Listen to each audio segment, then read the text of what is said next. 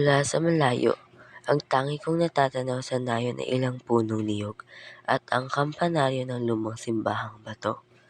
Sa gawing kanan ay naroon ang dagat-dagatan na kinasasalaminan ng araw na papalubog. Ang murang bughaw na kulay ng tubig ay napalitan ng nagniningning na pilak. Yaon ay napakarikit sa pangmalas, kaya't bigla-bigla aking nanamang ako'y hindi handa upang magmasid sa gayong lalang ng kalikasan.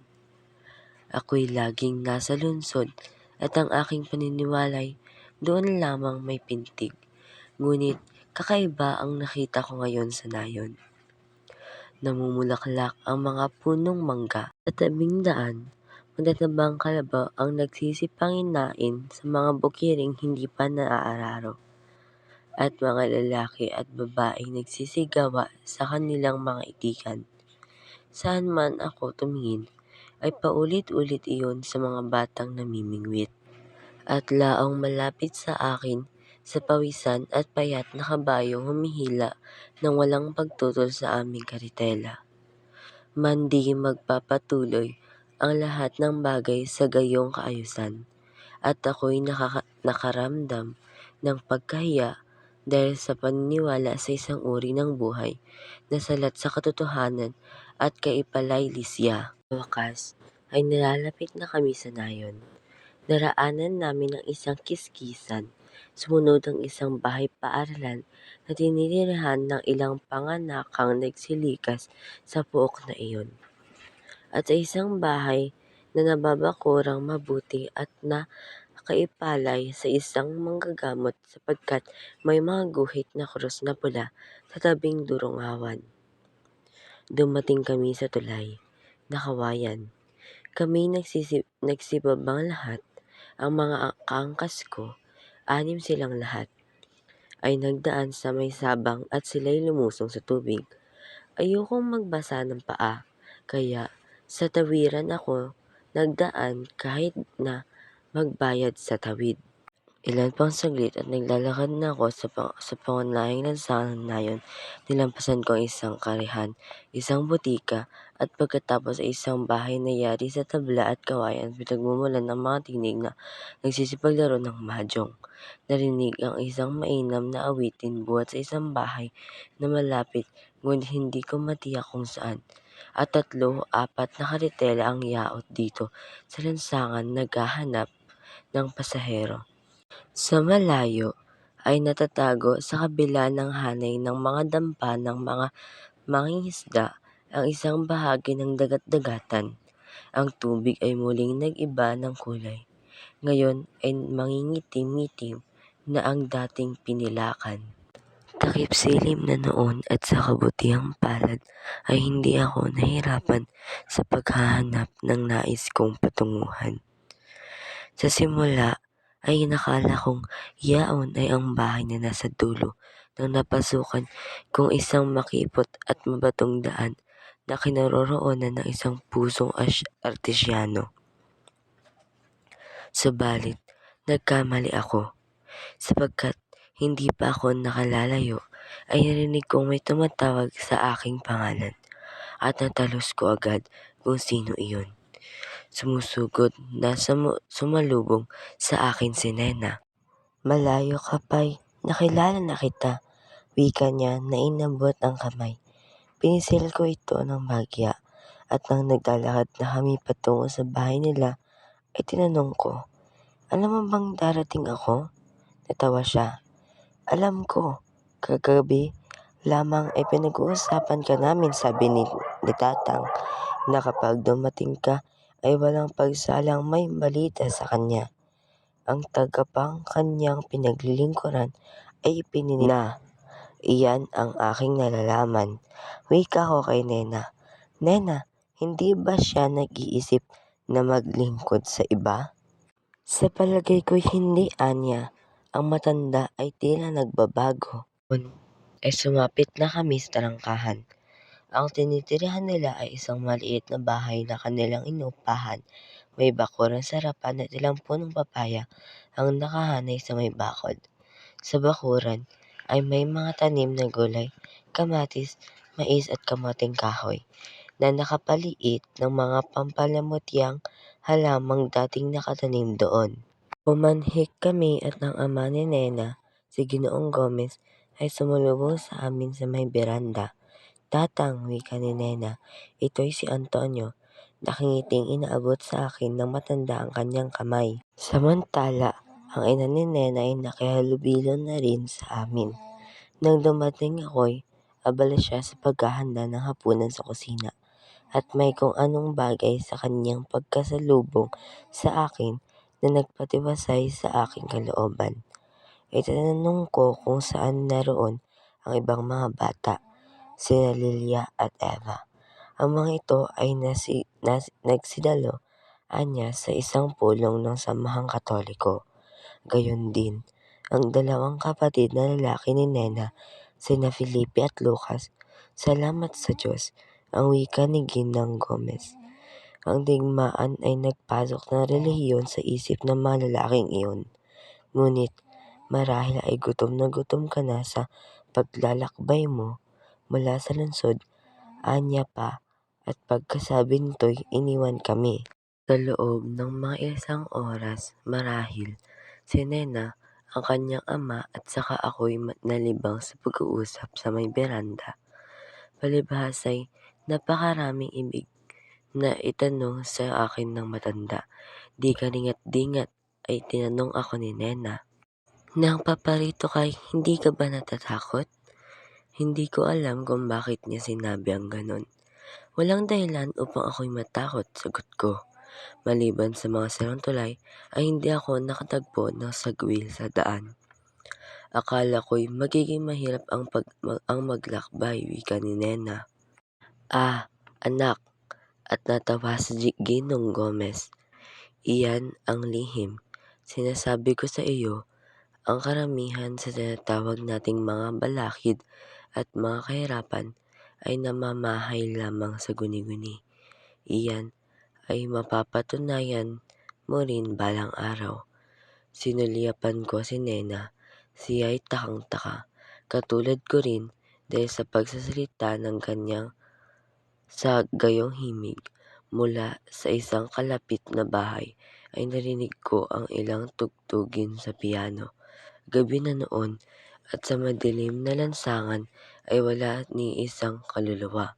Halimbawa, nung mga unang araw namin dito, patuloy ni Ginong Gomez sa kanyang malambot at malagong na tinig, ay sari-saring kahirapan ang naguguni-guni namin. Ngayon ay wala na sa aming isipan ang anuman. Ang totoo ay napakamahal sa amin ang buhok na ito. Inakala namin kapag may masasaktan na ay babalik kami sa siyudad. Ngunit binago namin ang lahat ng aming balak.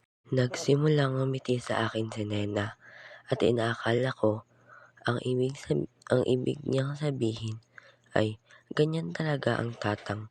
Madalas siyang magbago ng isipan at lagi naman siyang hindi namamali. Ngunit pagkaraan pa ng ilang saglit ay nagsawalang kibo na siya at waring nababahala sa anumang sasabihin pa ng kanyang ama. Ang pasong nasa gitna ng mesetang nasa nakapagitan sa amin ay inilagay ng matanda sa isang tabi at nakita ko ang kanyang mga mata ay maalab. "Bakit kami aalis sa buhok na ito ngayon?" tanong niya. "Sagana kami rito sa lahat ng bagay. Hindi kami kakapusin sa pagkain. Sa isda, masagana sa isda ang dagat-dagatan. Bigas, maaari kaming kumuha na ilang kaban at hindi namin kailangang magbayad ng kahit isang sentimong higit sa dapat naming ibayad. At hindi ko pa nasasabi sa aking pamilya ang tuwirang wika niya sa akin. Ngunit mayroon akong kakilalang malapit dito na dating naglilingkod sa pamahalaan. Sinabi niya sa akin na maaari kong bilhin ang ilang hektarya ng kanyang lupa. Naiisip kong mag-itikan at magtanim ng mga gulay. Ano ang palagay mo riyan, Antonio?" "Iyan po'y kapaki-pakinabang gawin," Sa mga araw na ito, ang tugon ko sapagkat wala na akong masabi pang iba.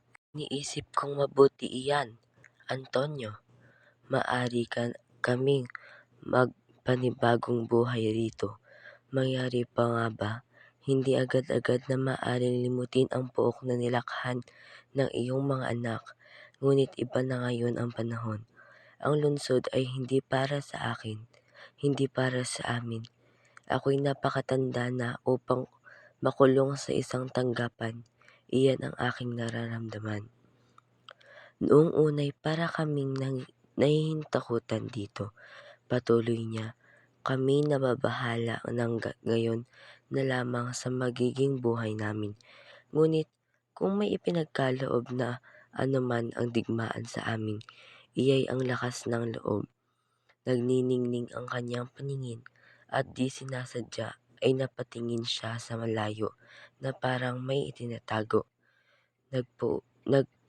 Nagpukol siya ng tingin sa mga alitaptap na nagkukutikutitap sa may mga punong papaya sa bakuran. Noong una, akala namin mauuwi na sa wala ang lahat dahil sa digmaan. Ngayon, ang iba na ang palagay namin. Walang anumang nawawala. Lagi nang ang buhay ay muling nagtatagpuan. Tumahimik siya at unti-unting ang mga salitang iyon ay nagkaroon ng kahulugan sa amin. Ito'y nararamdaman ko agad, kaya't ako'y hindi kumibo na parang namamalikmata, parang nangusap ako ang isang di kilalang Diyos, at saglit na minasid ako.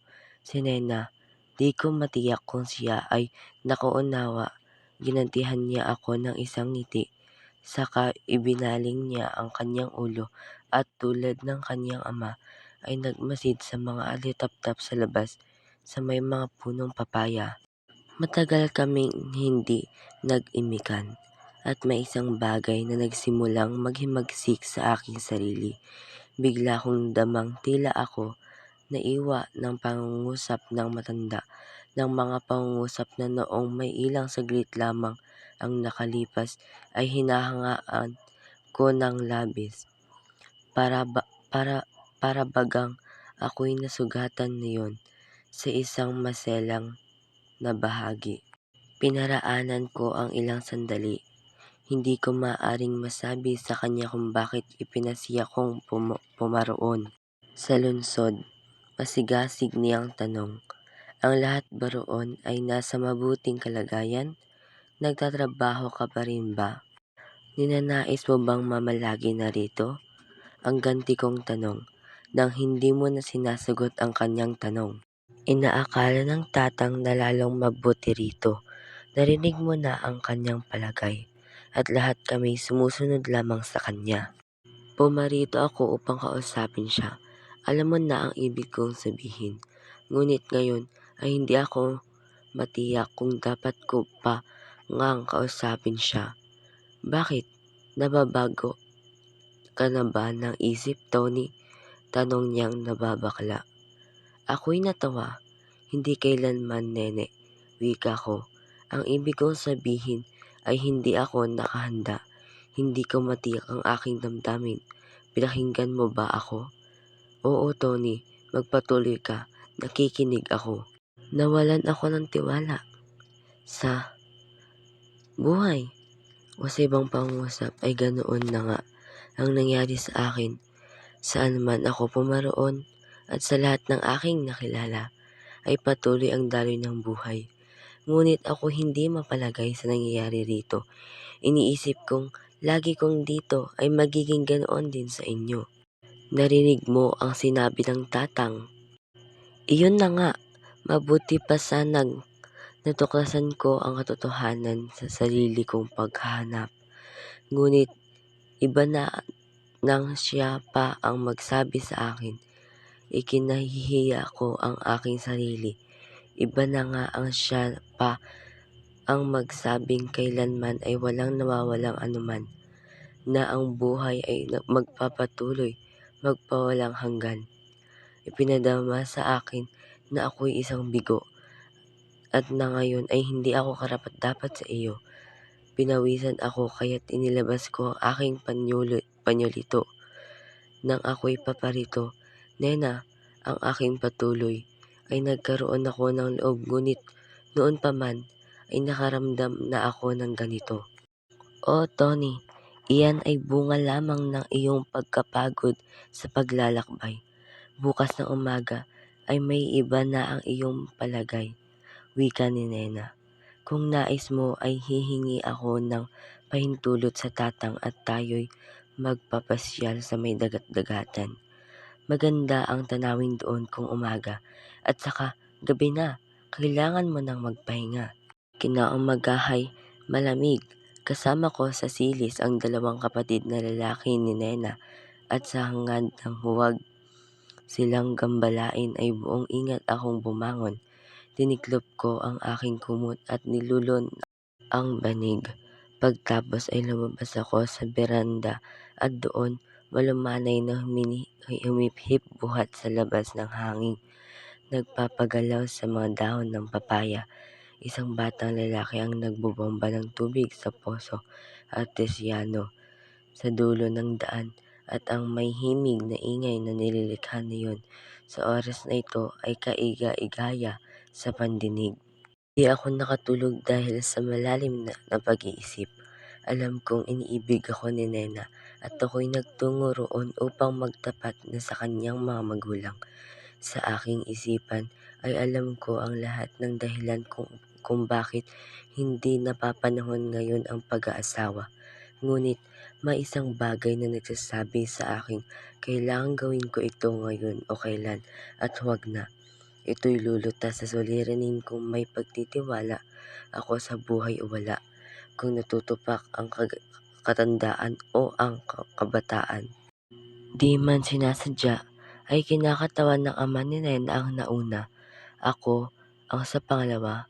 Nasa kanya ang maraming taong karanasan.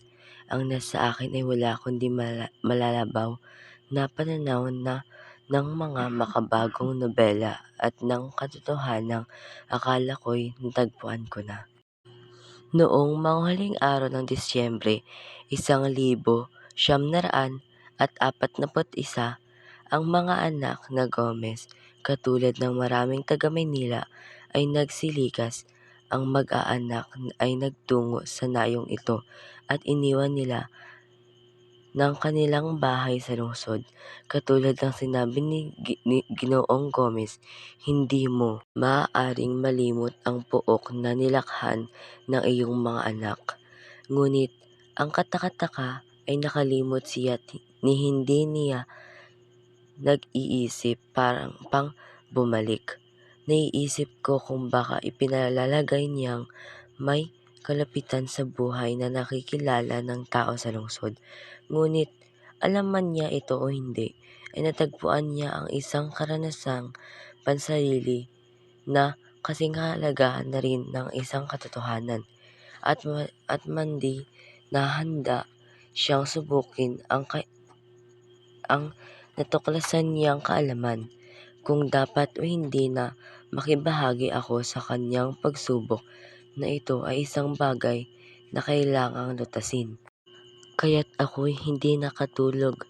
Ang suliranin ay pinagbibiling-biling ko sa aking isipan hanggang sa marinig ko ang tilaukan ng mga manok, sapagkat nooy umaga na. Nakarinig ako ng mga yabag sa kusinaan. Nagluluto ng kape ang utusan, ang sumaloob ko. Matagal akong nakaupo sa may beranda. Hindi ko natitiyak kung sino iyon, ngunit naulinigan kung may nanaog sa may halamanan. Noon din ay nagunita ko ang dagat-dagatan, at ang gunitang ito'y biglang naging isang bagay na walang katuturan kung ihahambing sa halimbawang itinatanghal na kung sino upang makita ng aking sariling mga mata sa halamanan sa ibaba. Ngunit madilim-dilim pa noon at ang tanawin ay natatakpan ng mga punong papaya. "Talaga bang nais mong magtungo sa may dagat-dagatan?" Si Nena ang nagsalita. Nakapagsabi na ako sa Tatang at siya'y pumayag. Ang dali-dali pa niyang dugtong. "Saan siya naroroon?" ang tanong ko. Nasa may halamanan, nagtatanim ng ilang bitsuelas. Hindi niya nasabi sa iyo, kagabi ang ukol sa kanyang kinahuhumalingan ngayon ang paghahalaman ano? Di, ngunit tunay nga kayang siya iyon, ang wika ko. Mabuti pa'y magtungo ako sa halamanan. Pagkatapos ng kanyang sinabi kagabi, sa palagay ko'y mabuti pang iliban muna natin sandali ang pagtungo sa may dagat-dagatan. Huwag mong kalilimutan, nene, na ako'y may mahalagang bagay na sasabihin sa kanya.